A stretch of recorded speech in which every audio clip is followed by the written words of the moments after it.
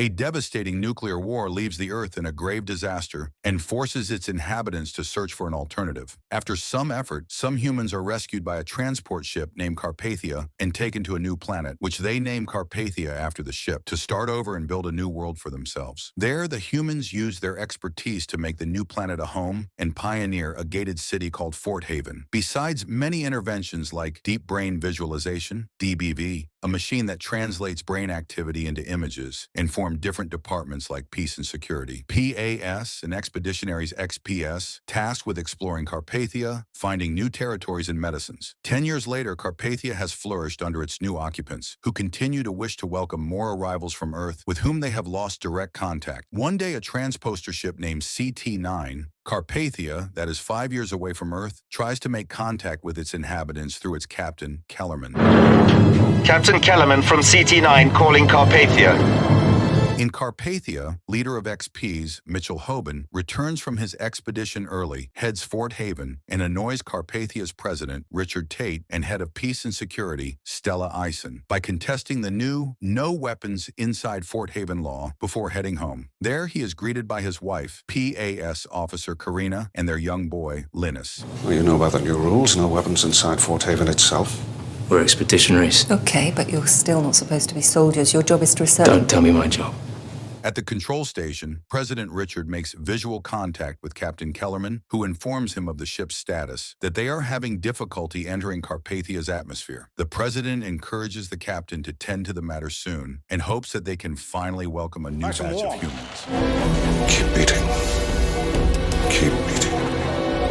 Elsewhere, Mitchell gets home and reminds Karina of his plans to explore and find a new planet, pioneer a new settlement there, and warns her not to tell anyone. Before questioning her loyalty to him, Karina assures her paranoid husband and leaves for work. You would never betray me. I'll always do what I think is right for Linus.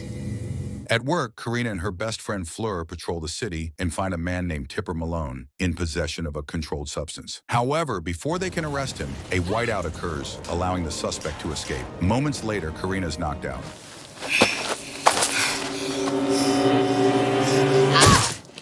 Luckily, Fleur returns in time and takes Karina to the hospital with their colleague, Cass. Hearing this, the president worries that his orders to spy on her husband might have endangered Karina and orders for Mitchell's arrest and interrogation. As Karina's situation gets worse, Stella performs DBV on Tipper, finds out he's not the culprit, and orders Cass and Fleur to find Mitchell. The duo head to the XP's camp and talk to Mitchell's friend Jack to find out his boss's whereabouts and are shocked to hear Jack waging a war if they come for Mitchell. That night, Mitchell goes to headquarters and confronts the president about corrupting Karina. The arguments heat up within seconds, and Mitchell attacks the president and informs him that he spared the lives of the people whose executions he had ordered, gloats that they are at his service, and threatens to attack Fort Haven.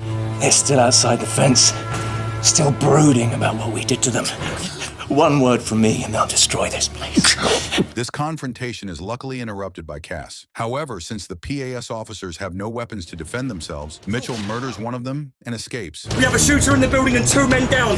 We need a DO, but nobody is to approach him unarmed. Mitchell then takes Linus and escapes Fort Haven, while PAS officers look everywhere. Then, after seeing the gravity of the situation, Jax goes to talk to Mitchell and calm him down, but is alarmed to find his boss completely paranoid. Jack returns and shares all he knows with the PAS team, who sends Cass and Fleur to find Mitchell and protect Linus. As directed, the duo heads to the mountains, beyond the city's fence, while hoping to reach Mitchell before sunset and overcome a minor accident on their way. You can't just...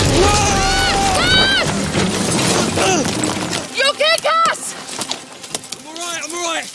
That night in Fort Haven, the president stays back in his office, virtually talking to the captain, and shares that he lost both of his sons to a deadly virus called C-23, which only attacks children and that wiped out most youngsters on Carpathia. After sympathizing with the president, the captain signs off to check on the repairs of his ship. Elsewhere, the PAS team shares a tent in the forest and are awakened by strange sounds right before Fleur is dragged out of the tent. I'm not sleeping now. Not me. The next morning, the president informs Stella that her only daughter Lily is on CT9, but there's no sign of her husband. Then the captain informs the control station that they're entering Carpathia's atmosphere, but is soon interrupted by unexpected issues. Cass and Fleur finally find Mitchell, who soon holds them at gunpoint. When Mitchell resists multiple warnings to the shock of Cass, Fleur fatally shoots Mitchell and is relieved to find Linus safe a few minutes after. Karina always said the best thing about Fleur is her idealism. Shut your mouth! Do you really believe that human beings can live together in peace? Our children! At the control station, the captain reveals that the ship is fatally damaged and informs he has released 6 emergency sub-shuttles to transport some survivors to Carpathia before losing connection. Meanwhile, Karina is pronounced dead at the hospital while elsewhere, Cass and Fleur bury Mitchell. At the station, as the sub-shuttles make their way to Carpathia, the president somberly informs Stella that Julius Berger, head of the evacuation program on Earth, is on board CT9, which shocks her. Tiger, tiger, burning bright. In the morning, President Richard is informed that 5 of the sub-shuttles have landed safely, but that 1 has gone missing. Elsewhere, Lily crawls out of a crashed sub-shuttle in the middle of nowhere and wonders where she is. While unbeknownst to her, she is being watched by a group of advanced cultivars, genetically enhanced humans designed to survive harsh conditions, led by Rudy, who orders his men to kidnap her. Meanwhile, the rest of the newcomers, led by Julius, arrive at Fort Haven and are warmly welcomed and start exploring their new homes. On the other side, Rudy takes Lily to a remote cave where she finds a sick newborn crying and warns her that unless her people can treat the baby, she will be killed. At Fort Haven, Julius and Richard officially meet and have an intense interaction, after which Julius promises to conform to Fort Haven's rules and regulations. Later, the control team discovers the whereabouts of the lost sub-shuttle and alerts the president, who sends Fleur and Cass to join the XPs as they leave to find and rescue any survivors. Before they leave, Stella gives Lily's description to the PAS officers and begs them to find her. Then the XPs and the PAS officers find the sub-shuttle and a group of dead bodies arranged and covered by a tarp next to it, which makes them realize that someone had gotten to them in advance. Somebody's been here. Stripped them, lined them up like this, Jack. Moments later, Rudy and his men arrive, hold Jack's men at gunpoint, and Rudy details that since Mitchell has died, things have changed. Then, despite previous beliefs that the ACS couldn't reproduce, Rudy reveals that they have a sick newborn and demands they take her to get treated if they ever want to see Lily again. You want to risk that? Elsewhere, the XPs and PAS officers negotiate with Rudy and agree for Jack and Cass to stay back with Lily while Fleur takes the baby to Fort Haven for treatment. In addition, Rudy demands to see President Richard. In Fort Haven, Stella learns that her husband had given his space on the shuttle to Lily and is warmed. Then Fleur brings the baby to Fort Haven and relays everything that has happened to the president. The baby is admitted immediately and given medical care. While on the outside, Jack gets into an altercation with one of the AC guards. Lily uses this distraction to try to escape, but fails. Once Lily is recaptured, the guard hits and knocks out Jack. In Fort Haven, the president explains to Fleur that the ACS were first developed to test survivability, but were later wrongly thought to be the causes of C-23, and hence was thought best to eliminate them. Fleur is outraged at this confession and reluctantly agrees to join the president as he goes to talk to Rudy. Later, the president meets with Rudy, who threatens to one day destroy the president and take over Fort Haven. Rudy states that there's still so much the humans don't know about Carpathia and shares his speculation that whatever killed the children may still be around now. The president notices a mysterious children's drawing on his desk and wonders where it came from.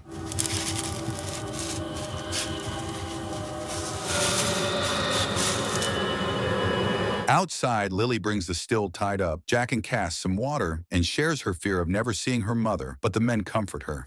Your mum's been waiting for you. Later, Fleur and Stella are outraged to find President Richard taking cell samples from the AC baby in hopes of finding out how the AC started reproducing, despite the men being hormonally modified. The next day, Fleur takes the now improved baby to the exchange site and sees Rudy and his men leading the human hostages towards Fort Haven midway there. Jack sees a signal from Rudy and, believing it to be a sign of betrayal, suddenly attacks one of the guards. An altercation ensues and Cass is forced to stab one of the AC men to save Jack. Rudy watches all of this in disgust from afar and returns without even taking the baby. The PAS officers and Jack bring Lily back to Fort Haven and find Stella waiting at the gate. However, Lily snaps at her emotional mother, blames her for leaving her behind, and rushes to Fort Haven. At the hospital, the president reveals to Stella that their birth rate has dropped in the past year and that they need to study the new baby to find ways of reproduction. Stella, I took the cell samples for a reason I didn't want to say in front of Fleur. The next morning, Stella runs into Julius at the bar, and he shares that he has the research paper of a Nobel Prize-winning astroclimatologist and volunteers to share it with her as it's fundamental to Fort Haven's future. Outside, as Rudy returns to his people, he notices a mysterious force shaking the ground, accompanied by mysterious sightings from the lakes.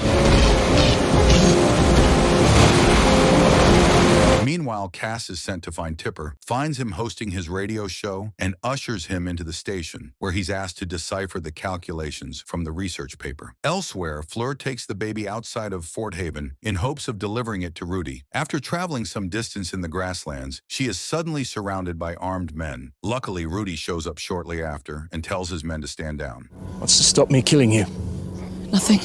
After Rudy takes the baby, Rudy asks Fleur to stay and talks to her about how Mitchell spared their life before walking her back to Fort Haven. Inside, as a nurse named Trinks prepares for her wedding to be held the next day, seeing the level 1 alert around Fort Haven, her technician fiancé Leon prepares to leave Fort Haven to secure the Earth Beacon in fear of the looming storm. Julius convinces Lily to talk to her mother, and she goes to discuss everything with Stella. Meanwhile, while figuring out the calculations, Tipper teases Cass, which irritates him and causes him to lash out, scaring Tipper away. However, Stella insists on the need for the young man, as she expects the research will predict something grave they need to prepare for. Shut up now. You just shut that mouth of yours and you'll see what a brutal thug I can really be. Right outside Fort Haven, President Richard is shocked to find a cup his sons had used when they were sick and slowly grabs it. Take! I found the cup.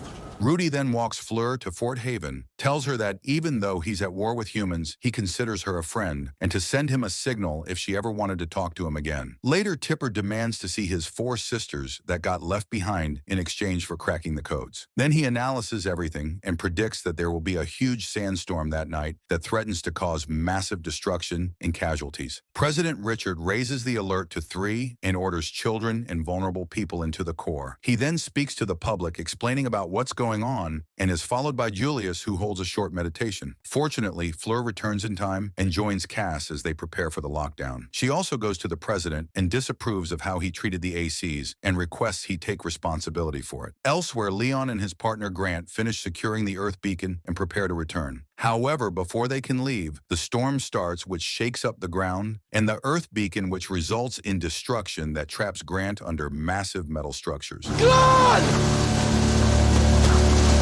Refusing to leave Grant behind, Leon does everything he can to free him, but fails. Just go! Seeing that her fiancé is still not back, Trix begs Cass to go and rescue him, while outside as the storm strengthens, Leon devises different techniques and still fails to free his friend. Cass reaches the Earth Beacon, and after some back and forth, he convinces. Leon leaves Grant behind and goes to safety. I'm gonna die! I'm gonna die! As the storm takes over in Fort Haven, Julius holds a prayer meeting for the worried public. Think about those less fortunate than us. The storm scares even those in proper shelters and waves through the ground. Meanwhile, lightning strikes out Cass and Leon. Later, Rudy finds both Cass and Leon, takes them to safety, and as he checks them for injury, he is surprised to hear the unconscious Cass whispering Fleur's name and spares his life.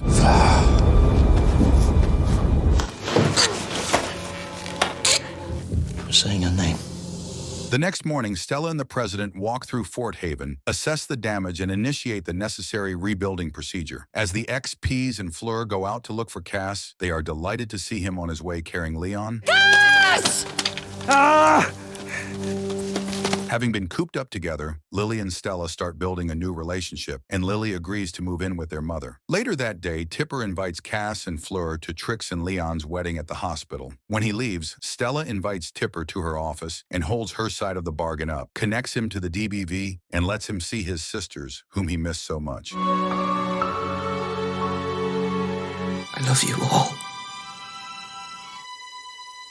Believing it's better to keep Julius on his side rather than as an enemy and taking on Stella's good words about his efforts to help, President Richard welcomes Julius to the General Council of Carpathia. I hope we'll achieve great things on Carpathia. Together. One night, a strange movement is detected in the vicinity of Fort Haven, and Jack goes out with his partner to check it out.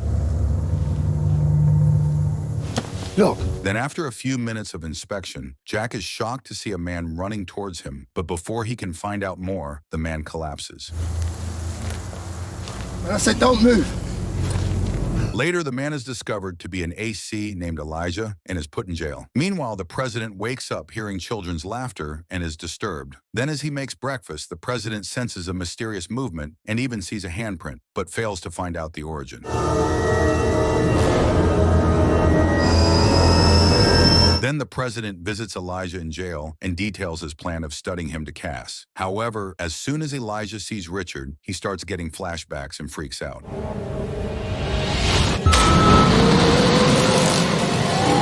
Elsewhere at Stella's house, Lily joins her mother for breakfast, but before they eat, she returns a gift Stella made her and storms out. Then at the station, Stella and the president discuss the reproduction rate of the population and learn that there's been only one case of reported pregnancy. In the last 4 months, Richard then announces that studies are underway on the sample taken from the AC baby and details his plan to do some investigations on Elijah so that they can learn the ACS's secret to reproduction. In jail, Elijah has memory flashbacks, freaks out, breaks through the metal door, and escapes. You injured?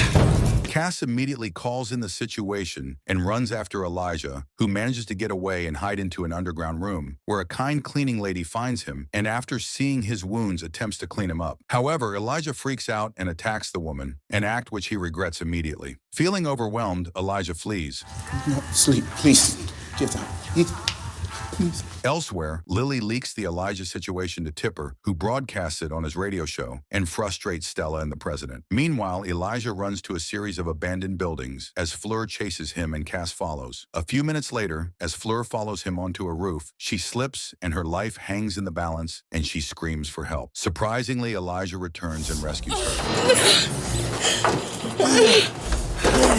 In return for this favor, Fleur promises to protect Elijah and convinces Cass to get on board as Elijah details the horrific experiments the president had done on him. To confirm everything, Cass breaks into the president's office and takes pictures of Elijah's files. Every night for so long.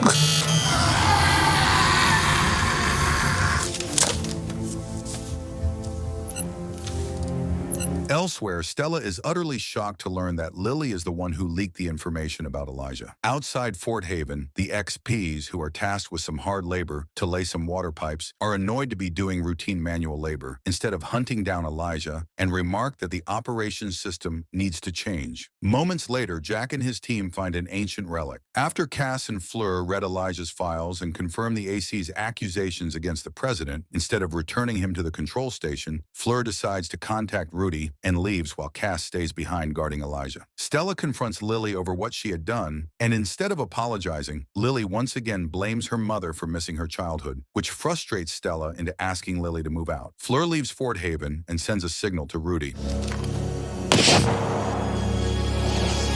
In Fort Haven, Cass and Elijah spend the night getting to know each other, learn that humans and ACS have a lot in common, and even realize that they're both in love with women they are afraid to talk to. However, this beautiful moment is interrupted when lightning strikes, overactivating Elijah's fear center and causing him to freak out and punch Cass. That night, the president is once again awakened by strange sounds, checks around his house, but once again fails to locate the origin.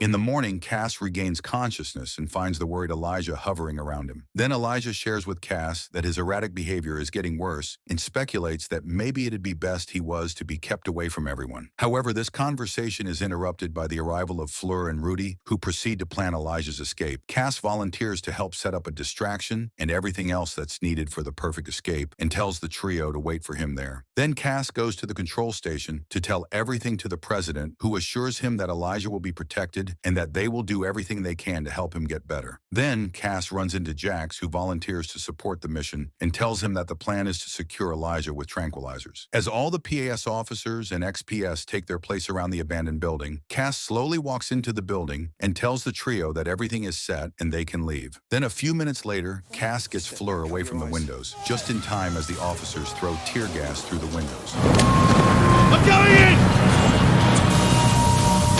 Fleur protests in utter agony as Elijah is hit with tranquilizers. However, through the commotion, Elijah attacks an officer, which forces Jack to fatally shoot him. Stand down, Jack! Elsewhere, Lily goes to Tipper's house and asks to stay with him. Stella shows the relic the XPs found to the president, and they are both shocked to see skeletal remains and wonder if Carpathia had hosted life before them. How long has that been there? We're talking tens of thousands of years. Are you saying humans have been here before? I don't know.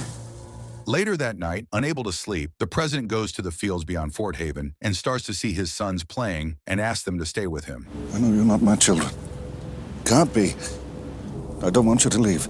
Stella visits the president one morning and informs him that the fossil found is of a primate. Then she is shocked to hear Richard confess to constantly seeing his sons. That evening, as everyone hangs out in the bar and relaxes, a strange, shabby old man named Pack arrives and attempts to buy a drink from the bartender Lily with a bag of diamonds.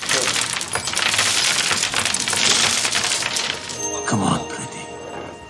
Take the lot. This catches the XP's attention, and a fight breaks out as the old man taunts everyone about not knowing the planet. As Cass and Fleur arrive to break the fight, Pac starts running out of Fort Haven, leading the duo away. In Fort Haven, the newly formed alliance between Jack and Julius strengthens as Jack informs the new council member of the Diamond Shenanigan, and they agree to keep it quiet. Later, Stella learns that Pac is among the first expeditioners on Carpathia and decides to go on a searching mission for her officers and employs the help of Jack. Outside, Fleur and Cass reluctantly follow Pac, who promises to show them the beach and bodies. After going some distance, ACs surround the PS officers until Pac talks to them. Like who you are, what you do, and...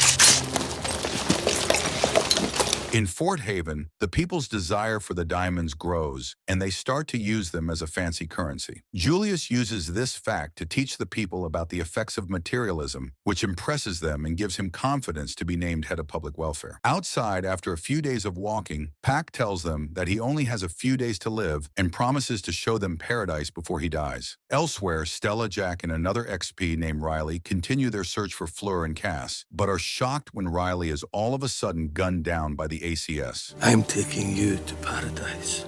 You can be Adam and Eve. We're gonna run over there. Keep going in zigzag.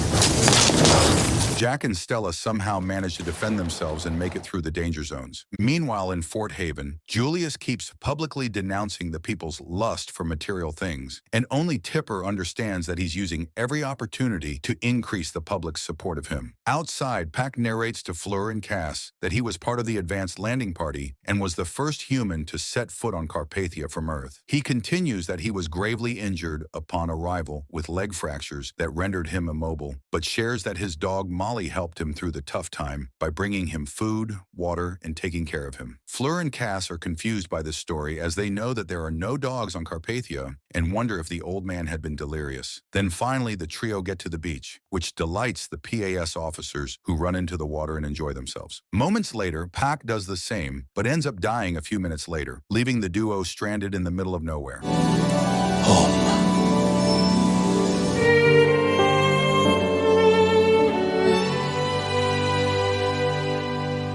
Elsewhere, as Stella and Jack progress through the forest, Jack is bit by a dragonfly and has a severe allergy reaction until Stella intervenes quickly and helps him.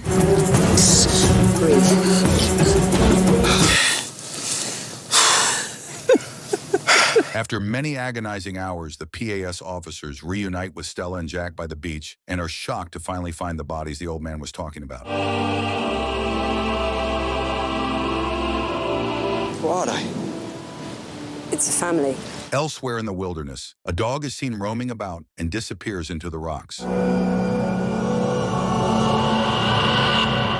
In Fort Haven, Julius discreetly sends a message to CT-10 accusing Richard of violating his mission and promises to make their arrival smooth. Richard Tate has violated his mission. I will ensure that neither he nor his supporters are in a position to offer any resistance upon your arrival.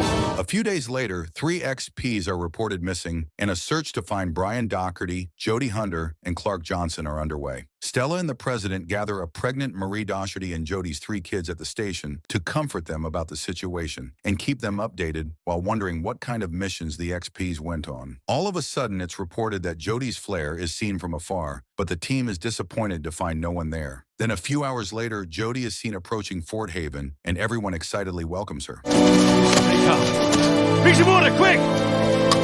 Lieutenant Josie Hunter, reporting to my commanding officer. Then the bruised-up Jody explains that they were attacked by ACS and details how she escaped to make it home. Then as the whole town applauds her, Jody is reunited with her kids. Meanwhile, Marie goes into labor, and she is rushed to the hospital as the baby is breech. Stella escorts Jody to her house and watches her interacting strangely with her kids. You all right, Mum? The search party for the remaining XPs goes on, and after some time, Clark is found severely injured. As the team tends to Clark, he shocks everyone by telling them that Jody tried to kill both him and Brian. About it, we're going to deal with it, all right? Never know. AC's. She's trying to kill us both. Officers are sent to Jody's house to arrest and question her, but Jody is unwilling to cooperate. Elsewhere, Rudy gathers his men and readies them for a secret mission to infiltrate Fort Haven, kill Jack, and destroy the city. Later, to make matters worse, Stella receives communication on her radio from a breathless woman claiming to be Jody. Details that she is stranded in the wilderness and asks for help. Shocked, Stella rushes to jail and is more confused to see Jody sitting inside. I've just heard Josie on the radio. She said she was outside the city. She gave me coordinates. I saw the light flicker on the radio. A couple of ACS managed to secretly enter Fort Haven. After noticing Jody acting strangely, the president goes to see her kids, is shocked to hear the youngest tell him that the woman is not his mother, and takes them to the control station. Later, Julius forces Jack to vow to be on his side no matter what. Outside, Fleur and Cass search for Jody, and unbeknownst to them, pass by her as she fails to respond to their calls. Then, the duo notices the power going out all over Fort Haven and rushes back hoping to help out. Josie! In Fort Haven, as all power goes out, Jody walks out of the open jails, takes the kids and escapes while the Jody outside summons all her strength to return home. Meanwhile, Marie's labor becomes complicated, and Stella is tasked to choose between saving the mother or the child. Later, Jack, Fleur, and Cass work together to arrest the ACS and learn the plot of the attack.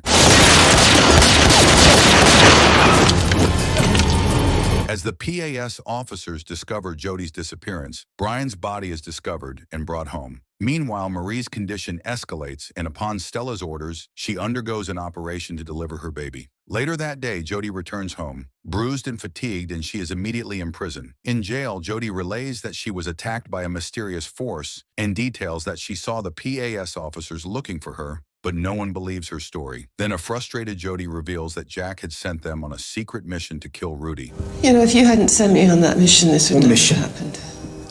Assassination, leader of the ACs. Rudy. Upon the president's order, Cass breaks Jody out of jail and takes her to find her kids. Jody leads Cass to her children's favorite place in the mountains and desperately calls out to them. After a few moments of searching, the kids come out of their hiding and reluctantly join her. However, Jack and his crew arrive suddenly and hold Jody and her kids at a gunpoint while ordering her to stay away from them. Jack, you've got no idea what's going on here! I've got a very good idea, mate! Get away from her! No, Jack! Then, to make matters more confusing, the other Jody comes out of hiding. That's her. That's the one who took us. Yeah. Which one's the real one? How do you know? I just do, stupid.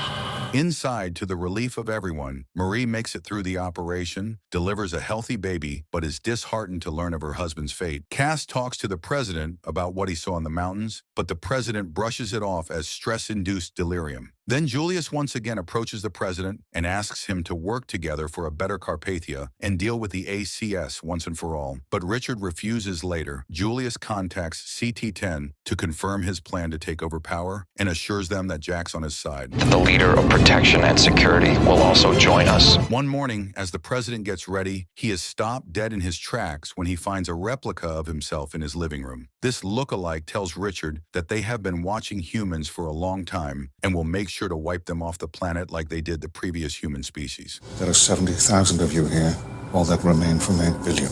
At the station, Cass finally asks out Fleur, who accepts and offers to cook him dinner later that night. However, moments later, Cass receives a terrifying letter that threatens to expose who he is and his past, panics and rushes home to lock the letter in with his private documents.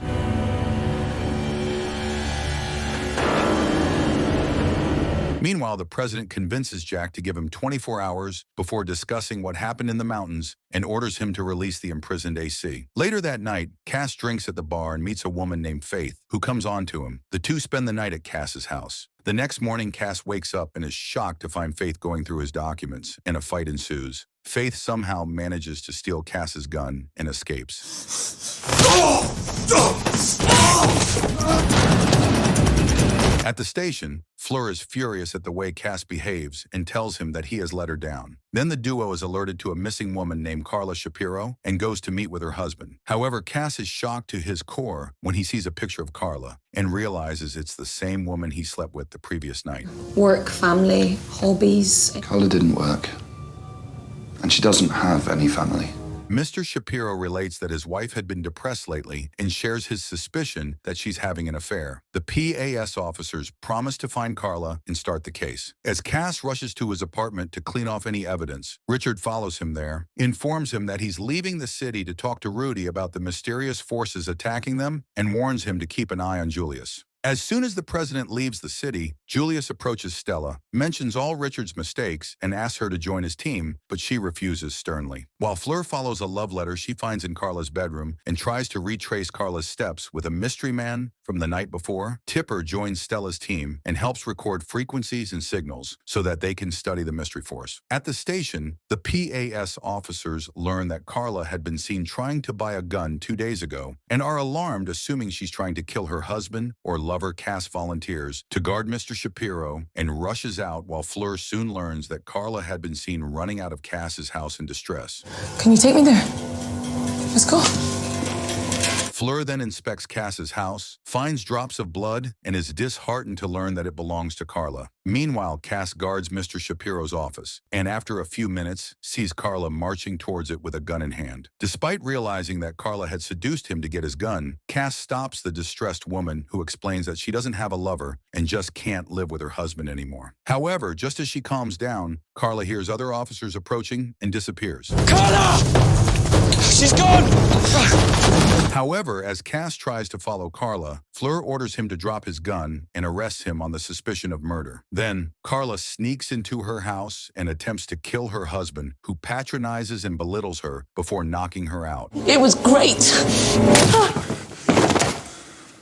Elsewhere, Jack breaks his promise and shares everything that happened to Julius, who in turn encourages him to kill the AC prisoner instead of releasing him. The circumstantial evidence builds up against Cass as he is held in custody, and Fleur finds his private documents that speak about his past, which he is very ashamed of. Fleur and Cass have an emotional argument during interrogation before Fleur storms out. Outside, the president reaches Rudy's men, but is soon knocked out.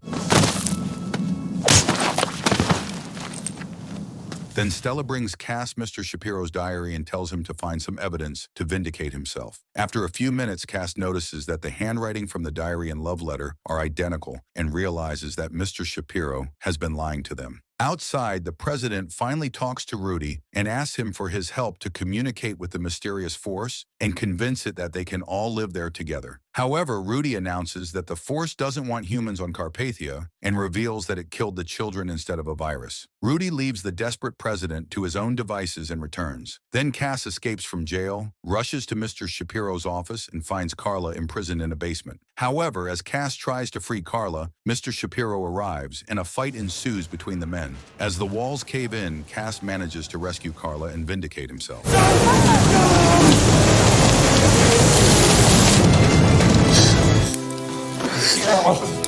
Later, Cass shares with Fleur that Richard adopted him, gave him a new identity, and brought him here to give him a second chance, but fails to tell her about his past life for fear of forever ruining their relationship. Later that night, as Richard returns to Fort Haven, he hears Julius giving a speech about the dangers that threaten them, proudly reveals the body of the murdered AC, and openly undermines him. We are fighting for our lives. Normal rules do not apply. It's the reaction of our president. I say reaction. That evening, Fleur drinks with Jack at the bar, while Cass stays home wondering who could have known about his past, and is visited by Richard, who comforts him about what he's been through and assures him that he deserves to be there as much as anyone else. Elsewhere, Julius thanks CT-10 for providing him the info on Cass and gets information on Fleur. At the station, Stella proudly shows Richard the progress they have made with the signals. By transmitting the signal back to the host force, we can at least show them we're listening to them. One morning, Tipper is possessed by a mysterious being.